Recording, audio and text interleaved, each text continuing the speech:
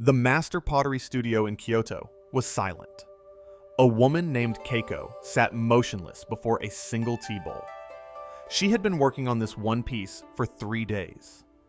When a Western businessman walked in expecting to see dozens of potters working at speed, he found only her. He watched, growing increasingly frustrated as minutes passed with barely any movement. Finally, he couldn't hold back. "Excuse me, but shouldn't you be working faster? My factory back home produces 1,000 bowls a day." Keiko looked up calmly and said something that stopped him cold. "How many of your 1,000 bowls will someone treasure for a lifetime?" The businessman had no answer. That week, Keiko completed 4 bowls. Each one sold for more than his factory earned in a month. Here was the twist he didn't expect. She wasn't working slowly. She was working completely. This encounter reveals something that challenges everything modern culture teaches about success. What if the person doing less actually achieves more than the person doing everything? We worship productivity. We measure worth by how busy we are, how many tasks we complete, how full our calendars look. We feel guilty when we rest and anxious when we slow down. The belief runs deep. Success requires constant action. Achievement demands relentless effort. And the only way forward is to do more, faster, always. This belief is exhausting us. More troubling, it's making us less effective at the very things we're trying to accomplish. The Japanese discovered something that contradicts everything modern culture teaches. They found that mastery comes not from doing more, but from doing less with complete attention. They learned that real achievement requires subtraction, not addition. They understood that the space between actions is where power lives. There is a principle that comes from Okinawa called Hara Hachi Bu. The phrase translates to belly 80% full, and it describes the practice of stopping when you are only 80% satisfied, not completely full. The people of Okinawa, who have one of the highest concentrations of centenarians in the world, repeat this phrase before meals as both a blessing and a reminder. But here's what most people miss. Hara Hachi Bu is not just about food. It is a philosophy about how to approach everything in life. When you fill yourself to complete capacity, you have no room left. No room for digestion, for absorption, for integration. When you push any activity to 100%, you leave no space for the subtle improvements that come from having room to breathe, to reflect, to recover properly.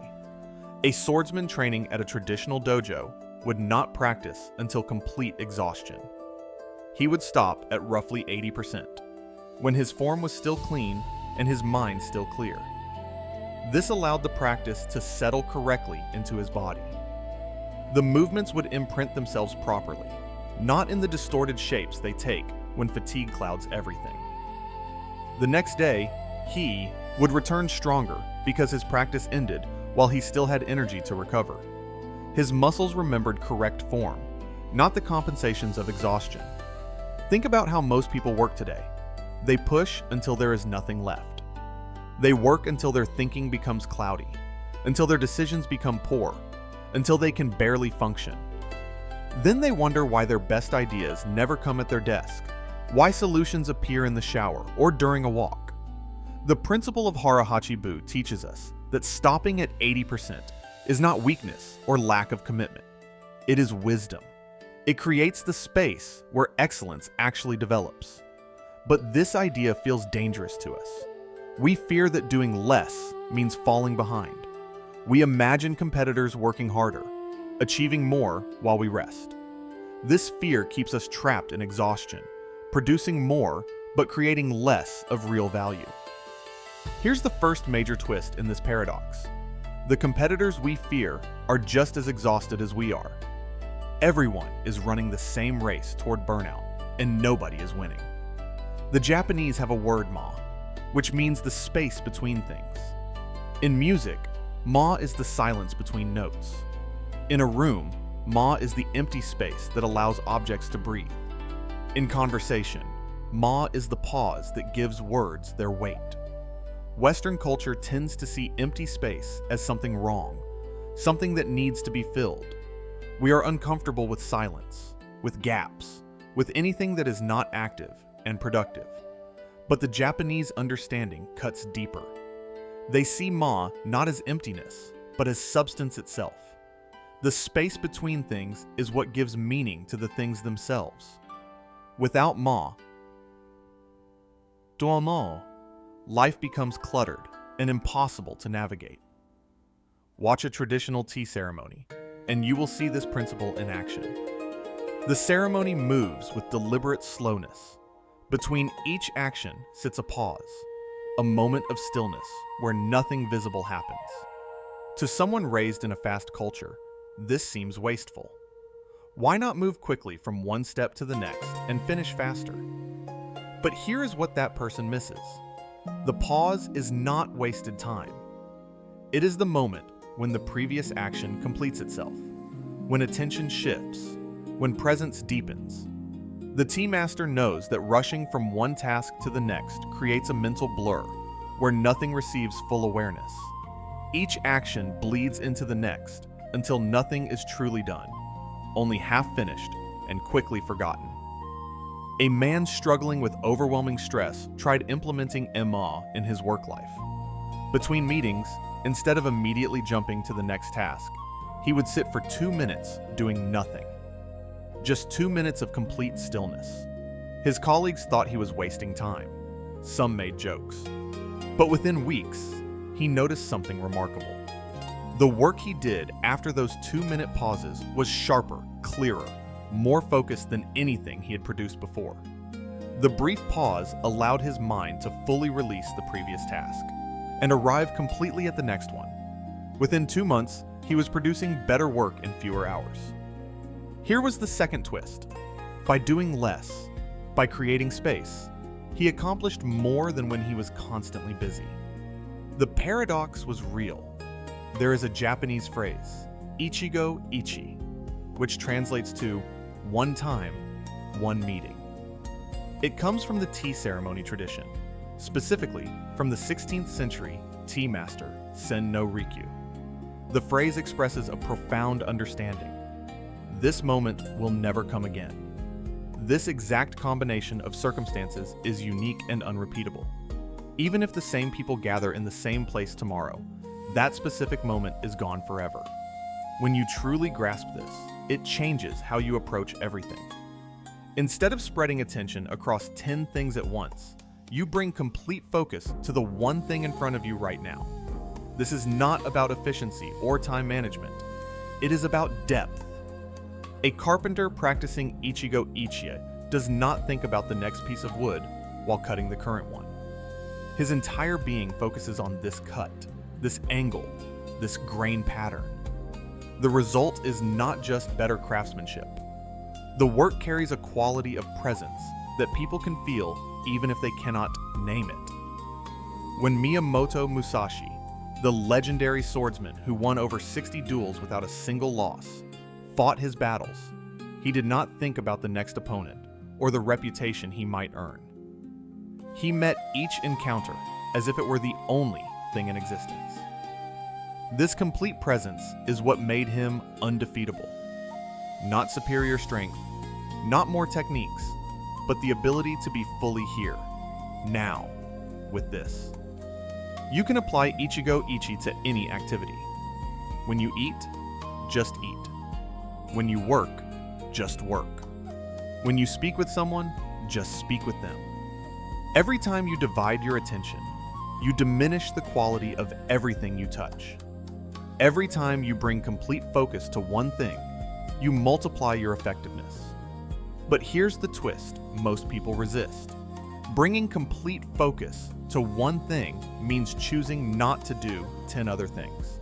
It means letting opportunities pass. It means saying no to possibilities. This feels like loss. Yet this is precisely where power emerges. The samurai understood this. They did not chase every battle. They chose one path and walked it with complete commitment. The old warriors followed what might be called a principle of subtraction. When a young fighter asked his teacher how to improve, the teacher did not give him more techniques to learn. He told him to remove everything unnecessary from the techniques he already knew. Cut away the extra movements. Eliminate the wasted energy.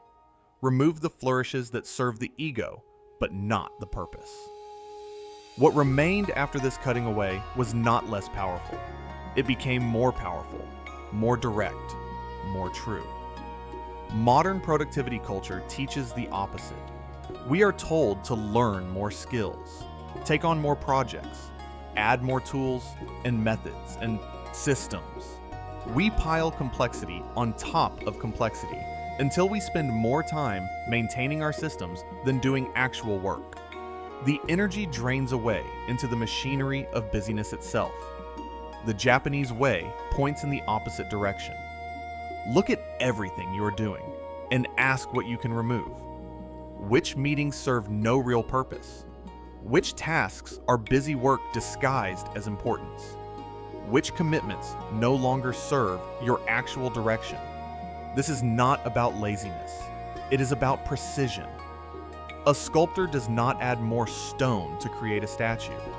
He removes everything that is not the statue. Achievement works the same way. It comes from cutting away everything that is not essential, leaving only what serves your true purpose. Most people resist this because they confuse activity with progress. They believe that more action automatically leads to more results. But the relationship is not that simple. Often, more action leads to more chaos, more exhaustion, more scattered energy that produces little of lasting value. The samurai knew something different. They understood that a bow pulled back too far loses accuracy. A sword gripped too tightly becomes slow. A mind pushed too hard grows dull. The paradox reveals itself. By doing less, you create space for what you do to become excellent. By slowing down, you move faster toward what actually matters. By stopping at 80%, you preserve energy to continue tomorrow and the next day and the year after that. The modern world has trained us to fear this approach. We fear that doing less means falling behind, that slowing down means losing some imaginary race. But here is the final twist that changes everything. There is no race. There never was. The race exists only in our minds, created by comparing ourselves to others who are running just as blindly as we are. There is only your life and what you create with it. And you cannot create anything of real value when you are scattered across 100 tasks, exhausted from constant motion, moving too quickly to notice what actually matters. Think about Keiko, the potter from the beginning. She could have worked faster. She could have produced 20 bowls a day using shortcuts and rushing. She would have produced more. But would any of those bowls carry the same presence, the same quality, the same value? The businessman's factory produces 1,000 bowls a day, and every single one is forgettable, disposable, worthless beyond its basic function. Keiko produces 4 in a week, and each one becomes a treasure. This is the paradox in its clearest form. Less becomes more when less receives complete attention. Here is how you can begin practicing this approach in your own life. 1. Identify one area where you will practice Hara Hachi Bu. Choose a daily activity and deliberately stop at 80% instead of pushing to complete exhaustion. Notice what happens over the following days and weeks. 2. Create intentional emma in your daily schedule. Between each major task or meeting, take 2 full minutes of complete stillness. Sit quietly. Do nothing. Let the previous thing finish and the next thing begin fresh. 3. Look at all your current commitments and identify 3 things that do not serve your actual purpose. Not things you dislike, but things that neither bring genuine fulfillment nor move you toward your true direction. Remove them. 4. Practice Ichigo Ichie with one activity each day. Choose something you do regularly and do it with total attention, as if it were the only thing that mattered in the world. 5. At the end of each week, review what you subtracted rather than what you added. Count removal as progress. Measure success not by how much you did, but by how completely you did what truly mattered. The path to mastery is not paved with more. It reveals itself through less. You do not need another technique, another tool, another productivity system. You need to remove what distracts you from the work that actually matters. The samurai did not become masters by learning 1,000 techniques. They became masters by perfecting fundamental techniques and removing everything else. Your power does not lie in how much you can do. It lives in how completely you can focus on what truly matters. The paradox is real. The person who does less, but does it with complete presence, achieves more than the person who does everything with scattered attention. This is not theory. This is observable truth that plays out every day in studios, dojos, offices, and lives around the world. The question is not whether this works. The evidence surrounds us. The only question is whether you will have the courage to do less in a world that demands you do more. If you are ready to achieve more by doing less, if you are ready to choose depth over breadth and quality over quantity, write in the comments, "I choose complete presence over constant motion." Thank you for watching and for choosing the path of true mastery.